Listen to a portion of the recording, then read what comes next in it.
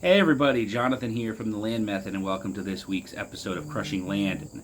This week we're going to take some time and we're going to discuss some of the different information that's out there and why listening to these things can be detrimental to your business. And the reason that I'm even bringing this up is it's actually come up quite a bit in the last couple of weeks with some of our students, and they brought up different things that they've heard or that they've seen and they've asked about. And one of those things was something that I brought up in a video that I did live in our Facebook group just earlier this week. I'm not going to talk about that again. If you want to check that out, you can watch our video. You can go to Land Method Facebook group and you can watch the video from this past Monday, and you'll see what I was talking about. But basically, it was about trying to get deals quick by searching for tired listings, and that's one of the strategies. And they were asking about all the details, and I was kind of explaining why that's not necessarily a sound strategy and why that can lead to discouragement. And that led to some discussions on other strategies that are out there and different things that people have been taught and different things that they're dealing with that have created issues for them. And they've come to us and they've asked for some help and they've asked for some guidance with it. And it's all come up, like I said, in the last couple of weeks. And so we want to talk about that here for just a few minutes, just to be able to help you guys in kind of dealing with real world scenarios and real world investors and what we're doing, because we're doing this day in and day out still. We're doing it in this current economy. We're doing it, and we've been doing it for over a decade now. We're still doing deals. We just actually purchased a property yesterday. We closed on one just a couple of days ago. We've got a couple more closings set up. So we're doing things right now in this situation. And so we're using the techniques that we use day in and day out, and we're talking to you about those. And so one of the things that came up was the amount of mailing. People have noted that response rates have gone down with mail. And that's true. 10 years ago, 8 years ago, it was very common to be getting response rates at 13, 14, 15, 16%. Now, that's not the case anymore. The responses are 1, 2, 3, 4%, depending on where you're marketing. Now, again, we don't get too hung up on response rate by itself. We look at our conversion rate and see where things are going. But that being said, obviously, if you have less responses, you have less to convert with. So there are extra steps that we take in reaching out to people. Now, this comes up because somebody said, well, they were listening to somebody or watching somebody, or somebody's out there teaching that they're mailing basically what equates to about 1,000 pieces of mail per day. So 30,000 pieces a month. And they were like, is that what I need to do? And the answer is no, for a couple of reasons. One, most people are not going to be in a position where they can even afford to remotely come near that. 30,000 pieces of direct mail is not cheap. And you need to have a sustainable running business. I'm not saying that you can't get to a point where you're mailing 30,000 pieces a month.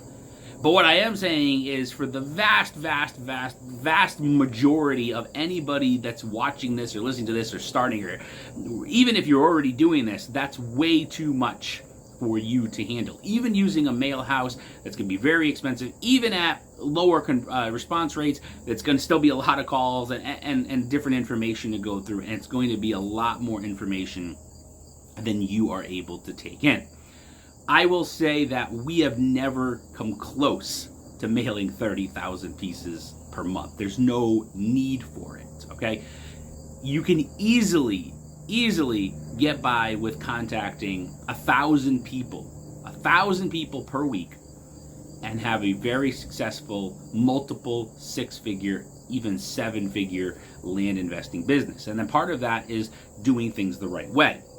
That includes obviously some follow-up with those people. It's more than just dropping a letter to them and leaving it at that and have a great day. No, it's following the process that we teach, in our course and in our coaching program. But if you do those things, you can obviously bring the number of contacts way down compared to that. I can say that in all the years that I've been doing this business, I said I've never done over anywhere near 30,000 pieces per month. I can say that we've never even hit 10,000 per month. There's no reason for that. The highest we've ever got was right around 2,000 pieces a week, maybe 2,500. So at those numbers, we'd be, at 2,500. If we did it for the entire month, we'd be at 10,000. But at 2,000 pieces, we're talking 8,000 people or so, and that's at the highest level. We've actually gone back from that. And have actually started doing less. And so it's more about what you do afterwards. It's not the problem with that strategy is it's based just on throw it all out there and hope something sticks. And obviously something will stick if you're sending 30,000 of them. That's why they've been able to be successful. But there's a huge overhead in order to do that, and it's also a lot of work to get there. You gotta mail 30,000 pieces. You need to, obviously, when you're getting the responses to those 30,000, even if it's at 1%, 300 phone calls. So you need to be able to take in that information. You need to be making offers. They're probably using blind offers doing that. So then you got to weed through them and figure out which ones are good and which ones aren't and all of those things. So it's not a very sound strategy. And it's also one that's just not simply available. I mean, you got to be realistic. It's not available to the vast majority of you that are watching or listening to this because that's not cheap.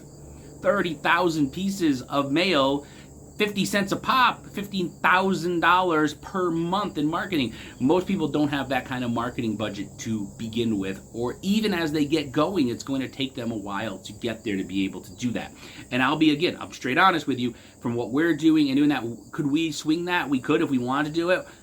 It's not the soundest reasoning. It's why we don't. There's a reason not to do that. So that's why we do not recommend a strategy like that. We use blind offers where appropriate. It's more about that initial contact. It's more about using SMS and getting deals and things like that. So that's just one thing that we're going to mention because it's come up. Another one that's come up is somebody that we were talking to just yesterday. Was basically they're in the mold or mindset, or the information that was given to them is basically just buy everything. You get a contract, you buy everything. There's no reason not. You figure out how to dispose of it later. Obviously, if you don't have the money, you can, you're kind of stuck without it. But these are on lower end properties. Some people, they teach, like, especially you can start, or you don't have any money, you could start with these lower end ones. You could be buying them for next to nothing. And if you're buying them for next to nothing, chances are that they're junk, right? There's a lot of properties out there that just are not great, and you're going to be dealing. And yeah, you could say, well, I'm buying them for $200 and I'm selling them for $1,500. Okay, but how much time and effort, and are you really going to? And all of a sudden you go through all that and you make $1,000, and you can easily just be doing it for $1,500 and selling them for $10,000, just as simple as that. So we do not subscribe to the strategy of buy everything. I've had students that I've worked with over the years that fought me on that, and they wanted to buy everything, and then they're stuck with a bunch of properties that they couldn't easily move, and they're like, oh, I'll sell them over time. And it's disheartening for many, discouraging. So we don't recommend that. Now, we do believe in buying any type of properties that are in a certain parameter. Some people focus on just low end. And we tell people you need to get out of getting into the low end. There's no reason you can't do higher end properties. It's the exact same thing as low end properties, just with zeros attached to it. Conversely, we don't focus, even though we could, we don't focus on just high end properties. Why? Because there's still tons of deals to be out there that you're buying for $4,000 or $5,000. We closed on one yesterday. We're buying for, with closing, it was like $4,000. And it's going to be like an $18,000, $19,000 piece of property. Why leave that behind? Why leave $13,000, $14,000 on the table? Yes, it's not as good as these $50,000, $60,000, $70,000 closings that I've talked to you about, but it is still a great deal, right? It's a great closing. You're still talking about $14,000. I mean, if you did one of those a month on top of anything else, just one of those a month, you'd be talking about close to an extra $200,000 in income each and every year. So we don't subscribe to buy everything. You pick and choose. You follow what we teach. You follow the program. You do the information. You do your due diligence. You figure out if it makes it. We do have bottom thresholds because we don't want to be stuck with just junk properties. There's no reason for it. But then when it comes to when we have those parameters set, if it's a property that's worth $10,000 and I'm buying it for $1,000 or $2,000, or it's a property that's $100,000 and I'm buying it for $50,000, or If it's a home run deal, like one we were talking about recently, where you're buying it for $12,000 and you're listing it for $90,000, those do come along. We take them all, right? But we also realize that there's no reason to only focus on super high end, or there's no reason to focus on super low end, right? Fit everything that fits, work with everything that fits within a parameter for you. If you don't have the money to purchase, we've talked about other methods and things like that to be able to do that. But you don't want to go out there and just throw it out there and go crazy and then buy up everything that's there, because that's really not a sound strategy either, and it's an easy way to get discouraged, because then you're stuck with having dozens of properties that are worth next to nothing. You own them, and now you're figuring out how to do them. And do you package them up? Do you move them out? What do you do? Do I own or finance them? People are like, well, I can own or finance. Well, you're owner financing a $1,500 piece of property. What are you going to get? $50 a month? It's like, so there's the issues with that stuff, and that's where we want you to be careful. And then again, you can watch the other video and watch about getting the leads themselves. So the best bet is to follow the true and tried procedures that work, and that is obviously reaching out to people that fit a certain criteria. When you have those people that have fit that criteria, then from there, what you want to do is you want to keep following up with them a little bit, beyond just that initial contact, because that's where so many people drop the ball, and we teach you all of this. And then when you do get those signed agreements back, they've already fit the parameter for the properties that you're looking at. You're not on the super low end, you're focused, but still, don't just buy it. It's not like, oh, it's great, go buy it, figure it out. No, do your due diligence, figure out the best exit strategy. We teach you all of this, in the Land Riches Blueprint and in our coaching program. So if you have any questions about any of that, feel free to comment below. Somebody can reach that. If you're watching this on YouTube or Facebook, feel free to comment below. If you're listening to this, feel free to reach out to us. You can call us 980-357-4545. So again, everybody, thanks. Have a great day. We'll catch you next time on Crushing Land.